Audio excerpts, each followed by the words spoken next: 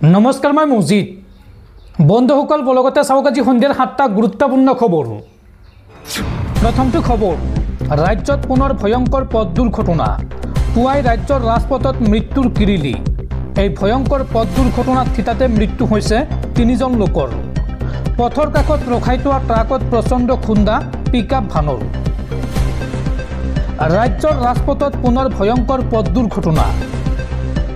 এই শোকাবহ পথ দুৰ্ঘটনাত প্ৰাণ হেৰুৱালে 3জন লোকে।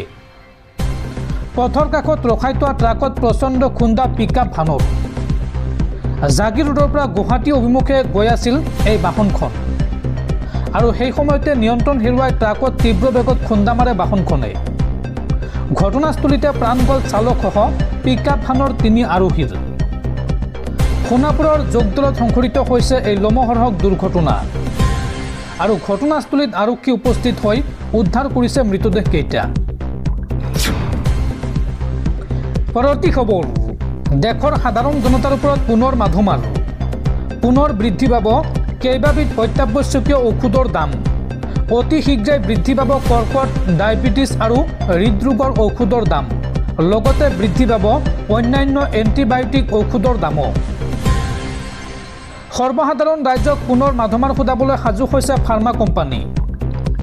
অতি শীঘ্ৰে বৃদ্ধি পাব কৰ্কট, ডায়েবেটিছ আৰু হৃদৰোগৰ ঔষধৰ দাম।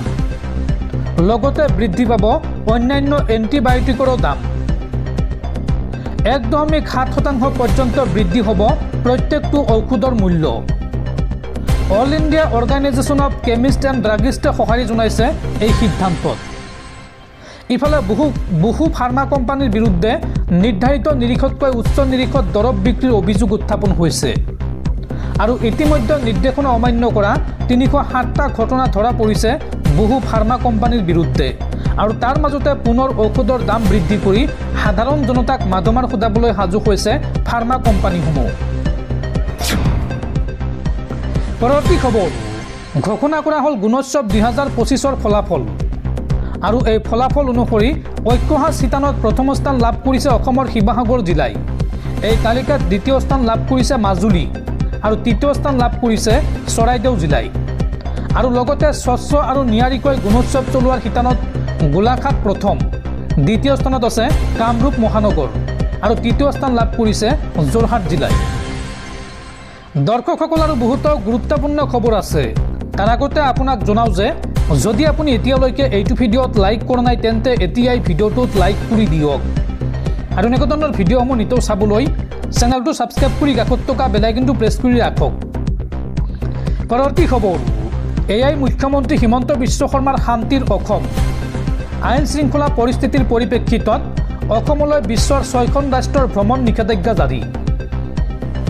মুখ্যমন্ত্ৰী হিমন্ত বিশ্ব শৰ্মাই বৰ্তমান অসমত শান্তিৰ পৰিৱেশ বিৰাজ কৰা বুলি দাবী কৰি আহিলেও বাস্তৱত ৰাজ্যখনৰ আইন শৃংখলা পৰিস্থিতিক লৈ আশ্বস্ত নহয় বিশ্বৰ কেইবাখনো আগশাৰীৰ দেশ। ৰাজ্যৰ পৰ্যটন মন্ত্ৰী ৰঞ্জিত কুমাৰ দাসে মঙলবাৰে বিধানসভাত অৱগত কৰে যে আমেৰিকা, ব্ৰিটেইন, অষ্ট্ৰেলিয়া, ছুইজাৰলেণ্ডকে ধৰি 6খন দেশে অঞ্চলটোৰ আইন শৃংখলাৰ পৰিস্থিতিক লৈ অসম আৰু উত্তৰ পূবৰ বাকী অংশ ভ্ৰমণৰ বিৰুদ্ধে নাগৰিকসকলৰ বাবে ভ্ৰমণত নিষেধাজ্ঞা জাৰি কৰিছে। কংগ্ৰেছৰ বিধায়ক ৰেকিবুদ্দিন আহমেদৰ এক প্ৰশ্নৰ উত্তৰত এই তথ্য দাঙি ধৰিছে মন্ত্ৰী ৰঞ্জিত কুমাৰ দাসে। এই নিষেধাজ্ঞা জাৰি কৰা দেশসমূহ হ'ল ক্ৰমে আমেৰিকা যুক্তৰাষ্ট্ৰ, অষ্ট্ৰেলিয়া, নিউজিলেণ্ড, ব্ৰিটেইন, কানাডা আৰু ছুইজাৰলেণ্ড।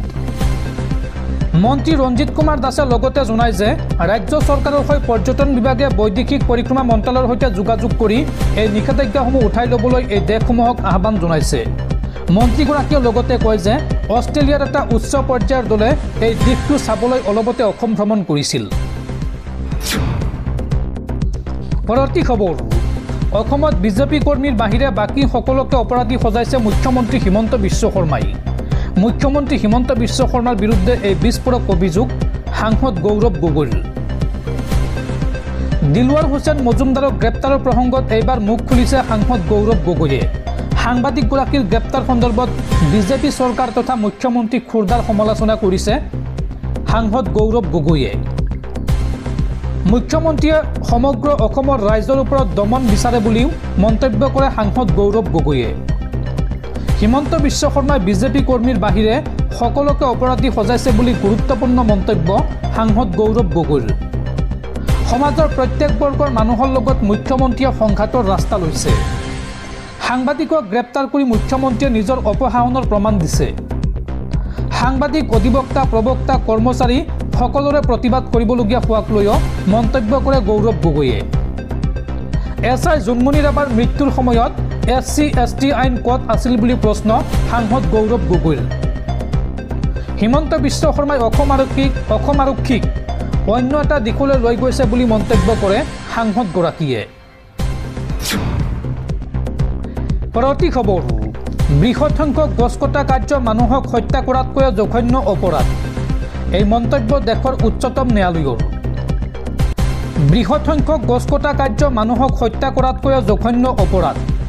সংৰক্ষিত টাছ ট্ৰেপজিয়াম জোনত 454 জোপা গছ কাটি পেলোৱা এজন ব্যক্তিৰ অনুৰোধ নাকচ কৰি ন্যায়াধীশ অভয়াস ওকা আৰু উজ্জ্বল ভূঞাৰ বিচাৰপীঠে এই কথা উল্লেখ কৰে। শীৰ্ষ আদালতে লগতে কয় যে অনুমতি অবিহনে প্ৰকাশ্যভাৱে কাটি পেলোৱা 454 জোপা গছৰ দ্বাৰা সৃষ্টি হোৱা সেউজীয়া আৱৰণ পুনৰুৎপাদন বা পুনৰ সৃষ্টি কৰিবলৈ নিম্নতম 100 বছৰ সময় লাগিব। উচ্চতম ন্যায়ালয়ে মথুৰা বৃন্দাবনৰ ডালমিয়া ফাৰ্মত এজন শিৱশংকৰ আগৰাল নামৰ ব্যক্তিজনে 454 জোপা গছ কটাৰ পাছত প্ৰতিজোপা গছত 1 লাখ টকা জৰিমনা বিহাৰ পৰামৰ্শ দিয়া কেন্দ্ৰীয় সমিতিৰ প্ৰতিবেদন গ্ৰহণ কৰে। আৰু আগৰালৰ হৈ হাজিৰ হোৱা জ্যেষ্ঠ অধিবক্তা মুকুল ৰোহাটগিয়ে ভুল স্বীকাৰ কৰিছে বুলি দাখিল কৰে যদিও আদালতে জৰিমনাৰ পৰিমাণ হ্ৰাস কৰিবলৈ অস্বীকাৰ কৰে। টাছ ট্ৰেপজিয়ামজনৰ ভিতৰত অবনাঞ্চল আৰু ব্যক্তিগত ভূমিত গছ কটাৰ বাবে পূৰ্বৰ অনুমতি লোৱাৰ প্ৰয়োজনীয়তা আঁতৰাই দিয়া 2019 চনৰ আদেশৰ কথাও শীৰ্ষ আদালতে পুনৰ সোঁৱৰাই দিয়ে। পৰৱৰ্তী খবৰ, দেশৰ 1 নম্বৰ ভ্ৰষ্টাচাৰী মুখ্যমন্ত্ৰী হিমন্ত বিশ্ব শৰ্মা। এলন মাস্কৰ আৰ্টিফিচিয়েল ইণ্টেলিজেন্স গ্ৰকে প্ৰকাশ কৰিছে এই তথ্য। এতিয়া প্ৰশ্ন হৈছে, এলন মাস্কৰ বিৰুদ্ধে গোচৰ তৰিবলৈ সাহস হ'বনে মুখ্যমন্ত্ৰীৰ?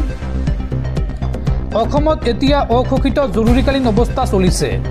মুখ্যমন্ত্ৰী ডক্টৰ হিমন্ত বিশ্ব শৰ্মাই সাংবিধানিক অধিকাৰ ভৰিৰে মোহাৰি সাংবাদিক, সাংসদকে ধৰি সকলোকে আৰক্ষীৰ দ্বাৰা নিৰ্যাতন চলাইছে। এই নিৰ্যাতন বন্ধ কৰিবৰ বাবে কংগ্ৰেছ দলে জনতাৰ ওচৰলৈ সংগ্ৰাম কঢ়িয়াই লৈ যাব। আজি নিখিল ভাৰত কংগ্ৰেছৰ অসমৰ দায়িত্বত থকা সম্পাদক মনোজ চৌহানে গুৱাহাটীৰ ৰাজীৱ ভৱনত এক সংবাদমেলত এইদৰে কয়। কংগ্ৰেছ নেতা চৌহানে লগতে কয় যে হিমন্ত বিশ্ব শৰ্মাই সকলো পক্ষৰ ওপৰত এতিয়া হেঁচা প্ৰয়োগ কৰা আৰম্ভ কৰিছে। ক্ষমতাৰ ৰাগিত মুখ্যমন্ত্ৰীজনে মানুহৰ মৌলিক অধিকাৰ খৰ্ব কৰিছে। তেওঁ যিমানে হেঁচা প্ৰয়োগ কৰিব তাৰ ওলোটা প্ৰতিক্ৰিয়া হ'বই। আৰু 2026 চনত অসমৰ ৰাইজে হিমন্ত বিশ্ব শৰ্মাৰ নেতৃত্বৰ চৰকাৰ উফৰাই দিব। চৌহানে লগতে কয় যে এক্স হেণ্ডেলত গ্ৰক নামৰ এপছটোত ভাৰতৰ আটাইতকৈ দুৰ্নীতিগ্ৰস্ত মুখ্যমন্ত্ৰী কোন বুলি প্ৰশ্ন কৰিলে অসমৰ মুখ্যমন্ত্ৰী হিমন্ত বিশ্ব শৰ্মাৰ নাম আহে। হিমন্ত বিশ্ব শৰ্মাৰ যদি দম আছে ভাৰতত গ্ৰক এক্স হেণ্ডেল বন্ধ কৰক আৰু এলন মাস্কৰ বিৰুদ্ধে গোচৰ ৰুজু কৰাৰ সাহস দেখুৱাওক। চৌহানে লগতে কয় যে দুৰ্নীতি আৰু ভ্ৰষ্টাচাৰত নিমজ্জিত হিমন্ত বিশ্ব শৰ্মাই গণতান্ত্ৰিক প্ৰক্ৰিয়াবোৰক ভয় কৰে। অসম বিধানসভাত বিজেপিৰ এজন বিধায়কে বিৰোধীৰ বিধায়কক আক্ৰমণ কৰিবলৈ খেদি যোৱাৰ পিছতো বিজেপিৰ বিধায়কৰ বিৰুদ্ধে কোনো ব্যৱস্থা গ্ৰহণ কৰা নাছিল। অসমৰ সাংসদ লোকসভাৰ উপদলপতি গৌৰৱ গগৈৰ ভাৱমূৰ্তি ম্লান কৰিবৰ বাবে তেওঁৰ আৰু তেওঁৰ পত্নীৰ বিৰুদ্ধে ভুৱা অপপ্ৰচাৰ চলালে। নগাঁৱত সাংসদ ৰকিবুল হুছেইনৰ ওপৰত দিন দুপৰতে আক্ৰমণ চলিল। গোগামুখত কংগ্ৰেছ কৰ্মীৰ ওপৰত নিৰ্যাতন চলিল। আৰু এতিয়া ক্ৰছ কাৰেণ্টৰ সাংবাদিক দিলৱাৰ হুছেইনক ষড়যন্ত্ৰমূলকভাৱে গ্ৰেপ্তাৰ কৰা হৈছে।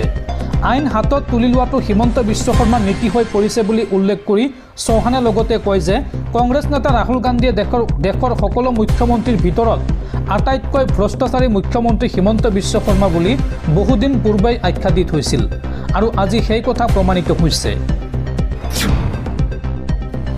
পৰৱৰ্তী খবৰ, আপুনি কিমান সুৰক্ষিত আপোনাৰ দেশখনত? ভাৰতবৰ্ষৰ নাগৰিক কিমান সুৰক্ষিত? এই সন্দৰ্ভত প্ৰকাশ পালে বিশ্বৰ আটাইতকৈ সুৰক্ষিত দেশসমূহৰ তালিকা। আৰু এই তালিকাত বিশ্বৰ 5খন সুৰক্ষিত দেশৰ ভিতৰত 3খনে হৈছে মুছলমান দেশ। 3খন মুছলমান ৰাষ্ট্ৰত পুৰুষ মহিলা সকলো সমানে সুৰক্ষিত। শেহতীয়াকৈ প্ৰকাশ পাইছে এই তথ্য। বিশ্বৰ 5খন সুৰক্ষিত দেশৰ 3খনেই মুছলমান দেশ। 3খন মুছলমান ৰাষ্ট্ৰত পুৰুষ মহিলা সকলো সমানেই সুৰক্ষিত। 84.5 স্ক'ৰ লাভ কৰি মুছলমান ৰাষ্ট্ৰ ইউনাইটেড আৰব এমিৰেট চমুকৈ UAE বিশ্বৰ দ্বিতীয় সুৰক্ষিত দেশ হিচাপে পৰিচিত লাভ কৰিছে। এই তালিকাত তৃতীয় স্থানত আছে আন এখন ইছলামিক ৰাষ্ট্ৰ কাটাৰ।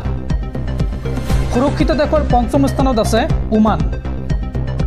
আৰু এই তালিকাত প্ৰথম স্থান দখল কৰিছে ইউৰোপৰ এণ্ডোৰা। ইফালে এই তালিকাত আটাইতকৈ অসুৰক্ষিত দেশ হৈছে ভেনিজুৱেলা। এই তালিকাত ভাৰতৰ স্থান 64 নম্বৰত আৰু তাৰ বিপৰীতে আমেৰিকা যুক্তৰাষ্ট্ৰৰ স্থান 89 নম্বৰত। এই তালিকা মতে আমেৰিকা আৰু ইউকেতকৈ অধিক সুৰক্ষিত ভাৰত, আনহাতে পাকিস্তান ভাৰততকৈ অধিক সুৰক্ষিত। এই তালিকাত পাকিস্তানৰ স্থান হৈছে 65 নম্বৰত। ইফালে পাকিস্তান আৰু ভাৰততকৈ অধিক সুৰক্ষিত যুদ্ধ বিধ্বস্ত দেশ পেলেষ্টাইন। পেলেষ্টাইন এই তালিকাত 61 নম্বৰ স্থানত অৱস্থিত। এই তথ্য প্ৰকাশ পাইছে নাম্বিয়ৰ জৰীপত।